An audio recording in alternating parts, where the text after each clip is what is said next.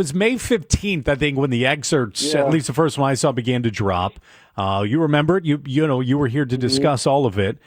What do you make ultimately of where we were with that offseason and the conversations about Caleb, and then where we are as of now with Caleb and Ben at 11-4 and heading towards the playoffs? So I never do this, but basically the forecast that I was asked to give at that time, with no particular inside information, you know what I mean? Have ended up kind of coming true. And because I'm wrong so often in the prediction space, I'm going to go ahead and just take a victory lap at this one. But you could go back to any interview that I did. If they asked me about how I thought it would play out with Ben Johnson, I thought that it would be a slow start because no matter, these guys are still human beings, you know what I mean? And it does take time to learn a new playbook and to, take the ideas from it and the concepts and put it onto a field in a way that clicks. But I thought that they would pick up well. Now, I didn't see them, hurtling towards, the second and possibly the first seed in the NFC. But I thought that Ben Johnson would do well. And I mean, he'll be my vote for Coach of the Year. I think that what he's done with that team, both the coaches that he hired and the way that he's helped elevate the players that they had and some of the new players that Ryan Poles brought in, I just think is remarkable. And when you watch his plays, he is able to create pretty big holes in the running game and pretty big windows in the passing game. And, you have to have both. You can never be a great quarterback without a great system. I know that we say it's kind of like an insult to say someone's assisting quarterback, but on some level they all are. And that was the concern with Caleb Williams when, before they were drafted, is about the Bears' history with drafting and developing and coaching quarterbacks. And they've got a guy who's obviously done it at a really high level. Yeah, and it's also interesting too. Ben Johnson, who had his pick of the litter, it felt like, for jobs that were available for a couple of years, ultimately decided, because Kevin Warren said it in that first interview. Ben Johnson, the first time they interviewed, Ben told him, "I want this job," at the beginning of the interview, and then he closed the interview saying, "I want to be the head coach of the Bears." And we have to wonder how much exactly, what percentage of that was the quarterback that was already in place. I think it was, look, you have to clearly be invested in the team that you have, right? I mean, roster turnover happens no matter what, but a situation that kind of is the Sean Payton situation where he comes in and there's a quarterback in place, but maybe the guy won't be there too much longer and you're given a year to kind of figure it out with him and see if it'll work long term. Those situations are rare. So I think that Ben Johnson had to have been a big fan of Caleb Williams coming into the situation. And, he knew that their fates were going to be tied to one another. And so I think that that's one of the key things is that their successes are shared successes. And I think that Caleb, even as a rookie, even though, the team was a mess and he was getting beat around pretty good. And, he had some outings that left some people question. I think that the thing he showed as a rookie was that he was really tough and that he could make incredibly difficult throws in known passing situations late in games. And so I think what you've seen, even though the passing game hasn't clicked all the time, because he is still learning and they're still learning each other, you've seen the consistency throughout the game be elevated. And then you've seen that ability that he has to make those, amazing throws in the hardest situations possible, which is everybody in the stadium knows that you're throwing and you have to figure out a way to get it done.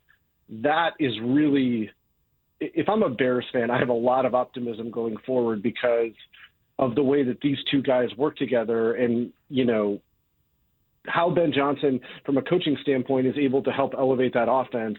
And then when there's limits to what the coach can do, and it's really on the superstar quarterback, how Caleb's been able to do it. He's ESPN Seth Wickersham, the author of American Kings biography of the quarterback, which detailed so well Caleb Williams' decisions or considerations before the draft and ultimately decided to be the number 1 overall pick.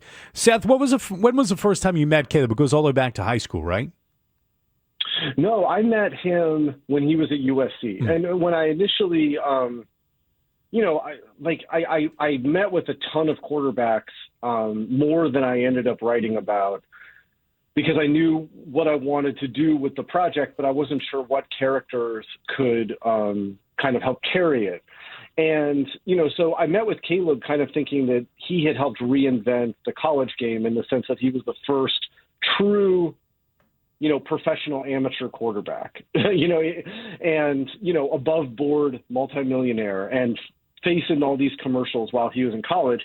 And then, when I met with his parents or his dad especially, and I saw, how heavily the draft was weighing on their mind, I think that's when I became a little bit more invested in him, as a character, because context matters.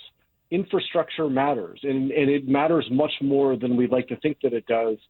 And, the idea of him trying to have some agency over his employer is not radical in any other sector except for professional sports, in which case it's incredibly radical. And so, those were the things that kind of drove me to him.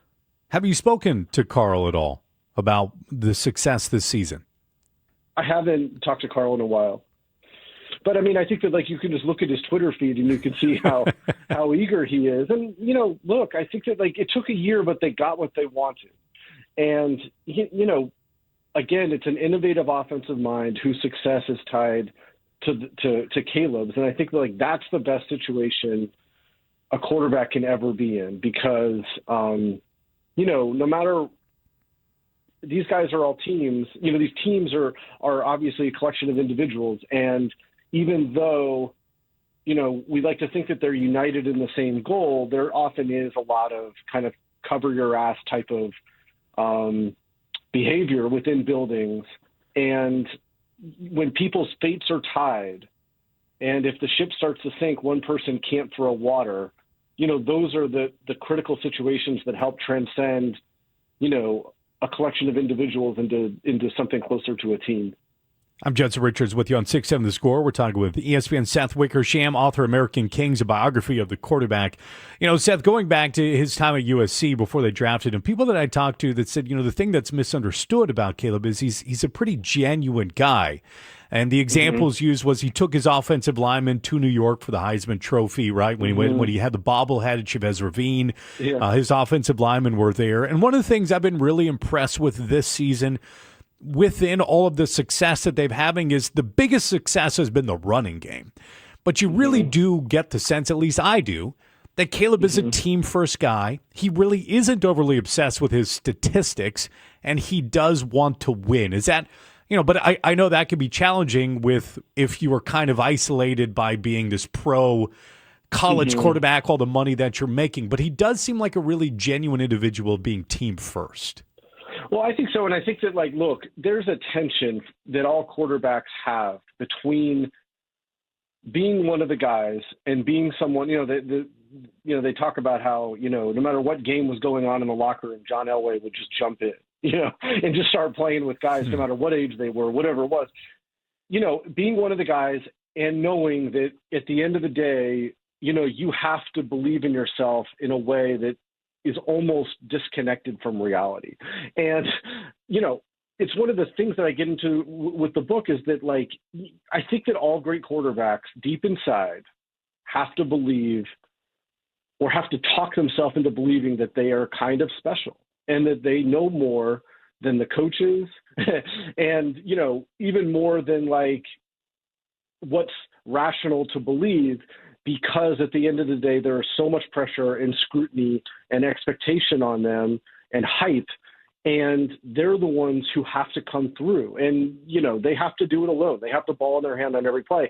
And so I think that Caleb is one of those guys, I think you can see little elements of both, where I think that you can see that he's someone who likes his teammates. And I reported in the book about how after he visited the Bears, he really liked the teammates that he met when he was at the facility.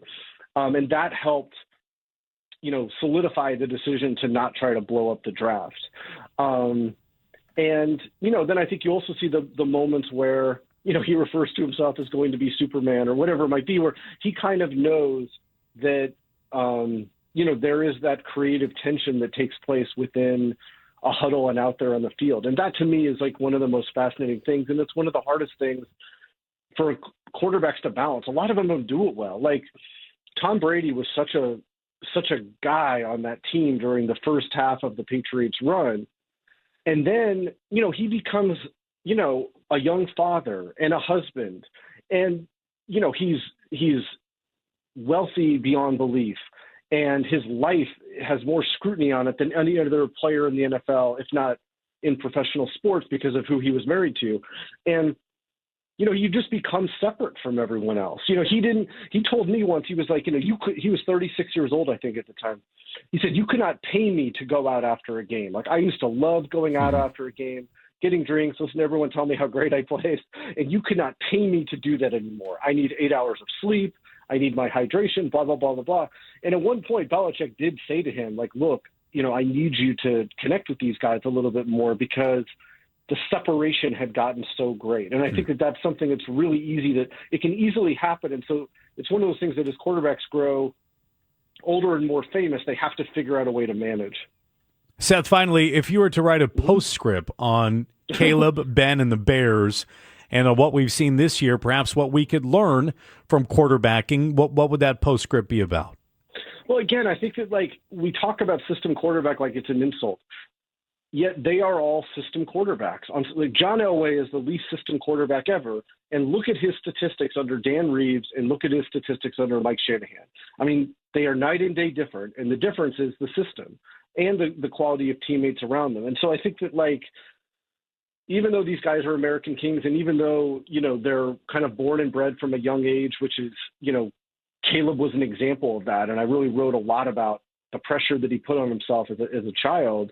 They need that infrastructure, and they need the pieces in place for them to be successful or to even have a chance to be successful. And then every now and then you see the guys who are truly exceptional, and they can do things that few guys can do, if not, few we've ever seen can do. And, those end up being the separators. But, the Williamses understood that. And that was the point of them thinking about, is there a mechanism to give him a chance to pick his team?